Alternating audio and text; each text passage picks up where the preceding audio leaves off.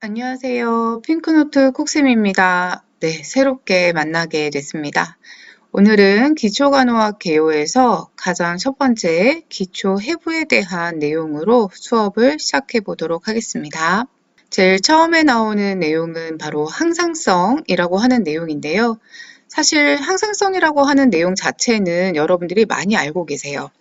우리 항상성에서 가장 강조하는 내용은 바로 체액인데요.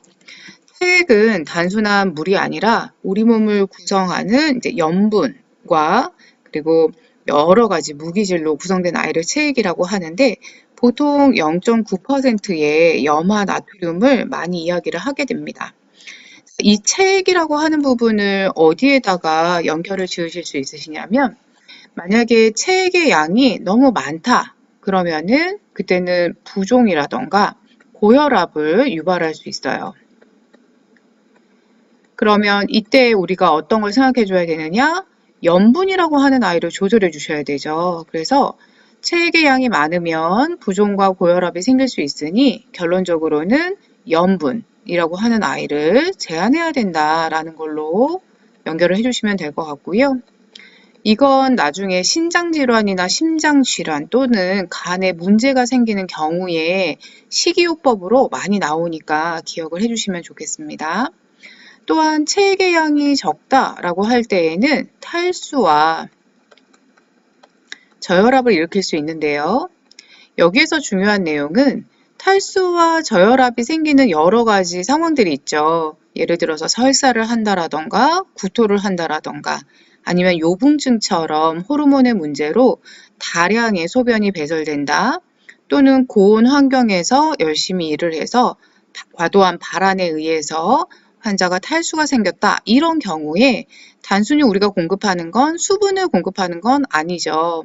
왜냐하면 우리 혈액은 염분을 포함하고 있는 물로 되어져 있고 우리 몸의 체액도 이제 당연히 염분을 포함하고 있기 때문에 이때는 수분과 함께 여러 가지 전해질을 공급한다라고 되어져 있고요. 필요한 경우라면 염화, 나트륨이 우리 몸의 농도하고 일정한 상태, 요거를 우리가 생리식염수라고 하잖아요. 생리식염수를 적용하는 경우도 있고 또는 경우에 따라서는 우리 몸에 등장성 용액이라고 하는 아이가 하나 더 있어요. 5% 포도당 용액. 요런 아이들을 공급해주면 몸의 체액이 원래대로, 원래 농도대로 유지가 될 수 있기 때문에 일반적으로 단순히 물을 섭취하는 것보다는 훨씬 좋다라고 이야기할 수 있겠습니다. 두 번째 내용은 근육에 대한 내용인데요. 자, 근육계에서는 여러분들이 수의근이다, 불수의근이다, 또는 민문이근이다 이런 다양한 근육에 대한 이야기를 들으셨을 거예요. 물론 그런 이야기들도 다 중요하지만 우리 국가고시에서 많이 나오는 아이는 사실은 지금 보이시는 횡격막이라고 하는 이 아이가 많이 나옵니다. 횡격막은 몇 가지의 특징을 가지고 있는 아이여서 여러분들이 기억하셨으면 좋겠는데요. 우선 횡격막은 흉관과 복강을 나누는 경계가 되는 아이다라고 이야기를 하고 있고요. 또 하나는 안정시 호흡근이다 라고 이야기를 하고 있습니다. 이 횡격막이 움직임으로 인해서 우리는 숨을 들이마시기도 하고 내쉬기도 하죠. 그래서 이 두 가지의 커다란 특징을 가지고 횡격막을 좀 기억하셨으면 좋겠고요. 그 다음에 이제 두 번째로 여러분들이 보셨으면 하는 것은 다양한 근육 주사 부위예요. 자, 이 근육 주사 부위는 여러분들이 여러 가지 곳을 알고 계실 거예요. 특히 근육 주사 부위 하면 가장 많이 떠오르는 곳이 바로 둔근이라고 하는 엉덩이인데요. 자, 둔근은 일반적으로 3세 이상에게 사용하는 부위예요. 그래서 둔근의 배면, 복면 이런 것들은 기본 간호학 관점에서 보시면 될 것 같고 둔근은 3세 이상에게 근육 주사를 하는 부위이다 라고 봐주시면 좋겠고요. 오히려 그거보다 더 중요한 부위가 있어요. 바로 상완이라고 하는 우리가 상완은 위팔이라고 하죠. 지금 보이시는 위팔에서 견봉돌개 아래로 보이는 이 부분을 우리가 삼각근이라고 해요. 이 삼각근은 상완의 근육주사 부위이다 라고 이야기를 하게 됩니다. 그래서 B형 간염을 만약에 맞아야 된다. B형 간염은 대표적인 근육주사로 맞는 예방접종인데요. 팔에다가 맞는다라고 할 때에는 삼각근에다가 놓는다라고 보시면 될 것 같아요. 근데 여기서 헷갈리시면 안 되는 게 삼각근의 깊이까지 들어가면 근육주사이지만 삼각근이 있는 부위에 피하 지방층까지 들어가면 피하 주사다라고 이야기를 하게 돼요. 그래서 여러분들은 근육이 꼭 포함이 되어져 있는지라는 거를 확인해 주시면 좋겠고요. 그리고 문제에 가장 많이 나오는 아이 중에 하나죠. 외측 광근. 외측 광근은 영아. 우리가 영아라고 하면 1세 미만을 이야기하게 됩니다. 그래서 1세 미만의 영아의 근육주사 부위다라고 이야기를 해요. 그래서 여러분들이 적어도 근육주사 부위는 세 가지, 둥근, 그리고 상완 부위에 있는 삼각근, 그리고 허벅지죠.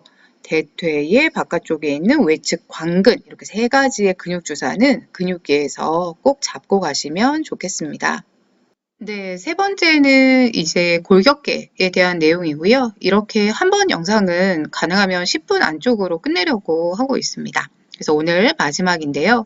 골격계에서는 아무래도 뼈 이름 하나하나를 기억하시는 게 중요한데 예전에 사용했던 용어들과 좀 바뀐 용어들의 뼈들이 있어서 그것만 정리를 좀 해볼게요. 기본적으로 많이 알고 계시는 요 아이의 이름은 우리가 이제 쇄골이라는 이름으로 불렀었죠. 짱뼈라고 하는 이름으로 바뀌었습니다. 예전 이름은 쇄골이었고요. 그 다음에 두 번째로 보실 아이가 심폐소생술 할 때도 많이 사용하는 아이예요. 그래서 여러분들이 꼭 보셔야 되는 바로 이 아이인데요. 가슴 앞면을 구성하고 있는 이 뼈의 이름을 예전에는 우리가 흉골이라고 불렀었죠. 지금은 복장뼈라고 이름을 부르게 되었습니다. 색깔이 좀 여러 가지로 죄송합니다. 네, 복장뼈라고 하는 이름으로 불리는 아이예요. 그리고 예전에 이름은 흉골이었었고 국가고시에 나오는 아이였었죠. 그리고 상완골은 위팔뼈라고 해서 어렵지 않아요. 그래서 그거는 그냥 넘어가도록 하고요. 지금 우리 손의 위치를 보시면 아시겠지만 지금 이 손이 해부학적 자세로 되어져 있어서 바깥쪽에 있는 게 바로 엄지손가락입니다. 그래서 엄지손가락과 연결되어져 있는 뼈를 예전에는 요골이라고 하는 이름으로 불렀었는데 이제는 이 아이를 노뼈라고 하는 이름으로 부르게 돼요. 그래서 노뼈라고 하는 아이 기억해 주시고요. 이제 반대로 새끼손가락 쪽으로 연결된 뼈는 좌뼈라고 하는 이름으로 바뀌었습니다. 좌뼈, 예전에 척골이라고 불리우던 아이였었죠. 그리고 대퇴골로 넘어가면 대퇴골에서는 여러분들 보시면 아시겠지만 얘는 그냥 대퇴골이라는 용어보다 좀 더 쉬워졌어요. 뭐라고 바뀌었냐면 넓적다리뼈 또는 넓다리뼈라고 이야기를 하게 됩니다. 넓적다리뼈. 예전에 대퇴골이고요. 자, 그 다음에 무릎 아래쪽으로 두 개의 뼈가 있죠. 경골이라고 불렸던 아이가 이제는 정강이뼈라는 정강뼈라는 이름으로 바뀌게 됐고요. 정강이뼈, 좀 정강뼈라고 그냥 할까요? 네. 얘가 예전에 이야기했었던 경골. 그리고 이제 비골이라고 하는 아이, 그 옆에 있는 아이죠. 이 아이는 종아리뼈라고 바뀌었습니다. 저는 오히려 여기에서 좀 내용이 헷갈릴 수 있겠다라는 생각이 들더라고요. 문제가 나오기는 굉장히 쉬워요. 왜냐면 무릎 아래쪽에 다리를, 종아리를 구성하는 뼈, 그럼 또 종아리뼈랑 헷갈릴까요? 아니면은 그러니까 하퇴를 구성하는 뼈라든지 아니면은 팔을 구성하는 뼈로 맞는 것은 이라고 해서 예전의 이름만 익숙해져 있었다라면 이제 바뀐 이름까지 같이 보시면 좋을 것 같고요. 그리고 여러분들 이 옆에는 제가 척추를 그려놨는데 척추는 여러분들도 아시겠지만 만곡이 되어져 있어요. 그래서 휘어져 있고 지금 이쪽이 앞쪽이 되고 이쪽이 뒤쪽이 됩니다. 그래서 흉추는 뒤쪽으로 그걸 기준으로 경추 앞쪽으로 요추 앞쪽으로 이렇게 만곡이 되어져 있는데요. 여기서는 개수를 기억하시면 좋을 것 같아요. 그래서 경추의 개수 7개, 흉추의 개수 12개 요추의 개수 5개 되어져 있고 지금 천추라고 되어져 있는데 이게 원래 5개였다가 하나로 바뀌면서 천골이라고 하는 이름으로 바뀌었고요. 미추는 4개였다가 하나로 바뀌었는데 여전히 미추라고 하는 이름으로 사용되고 있습니다. 그래서 이렇게 뼈의 개수, 척추의 개수와 모양을 함께 봐주시면 좋겠고요. 마지막으로 엉덩이로 구성하는 뼈를 따로 빼왔는데 여기에 보이시는 요 아이를 제외한 요렇게 하나, 그리고 요렇게 하나. 요 아이를 우리가 볼기뼈라고 하고 예전에는 관골이라고 이야기를 했었어요. 자, 그런데 이 아이가 하나의 뼈가 아니라 3개의 뼈죠. 엉덩뼈, 예전 장골이라고 불리웠던 엉덩뼈와 그 다음에 좌골이라고 불리우는 궁둥뼈, 그리고 앞쪽에 치골이라고 불리웠던 두덩뼈가 있는데 얘를 굳이 가져온 이유가 있어요. 그 이유는 여러분들이 이 뼈의 위치에 따라서 어느 자세에서 어느 뼈에 욕창이 잘 생기는구나 라는 걸 좀 기억하셨으면 좋겠어서 말씀을 드리는데요. 특히 이 엉덩뼈 같은 경우에는 어느 자세에서 욕창이 많이 생기느냐, 뭐 자세에 따라 다 다를 수도 있겠지만 대부분 특위를 했을 때 욕창이 생길 수 있는 호발 부위다라고 이야기를 할 수 있고요. 자, 그 다음에 궁둥뼈라고 하는 아이 있어요. 궁둥뼈는 일반적으로 앉아있는 자세죠. 좌위라던가 아니면 반좌위에서 욕창이 생길 수 있는 호발 부위다라고 보시면 될 것 같아요. 반면에 두덩뼈는 몸의 앞쪽에 있는 뼈예요. 그러다 보니까 얘는 엎드린 자세에 있을 때 오히려 욕창이 생기기가 쉽습니다. 그래서 복위라고 하는 엎드린 자세에서 욕창이 생길 수 있어요. 그래서 볼기뼈라고 하는 뼈의 이름과 함께 여러분들은 이렇게 욕창이 어디에서 생길 수 있는지 제가 여기에다가 욕창 호발 부위라고 써드릴게요. 를 같이 기억해 주시면 도움이 될 것 같습니다.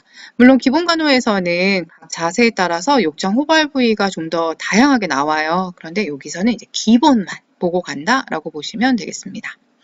생각보다 시간은 오래 걸렸네요. 네.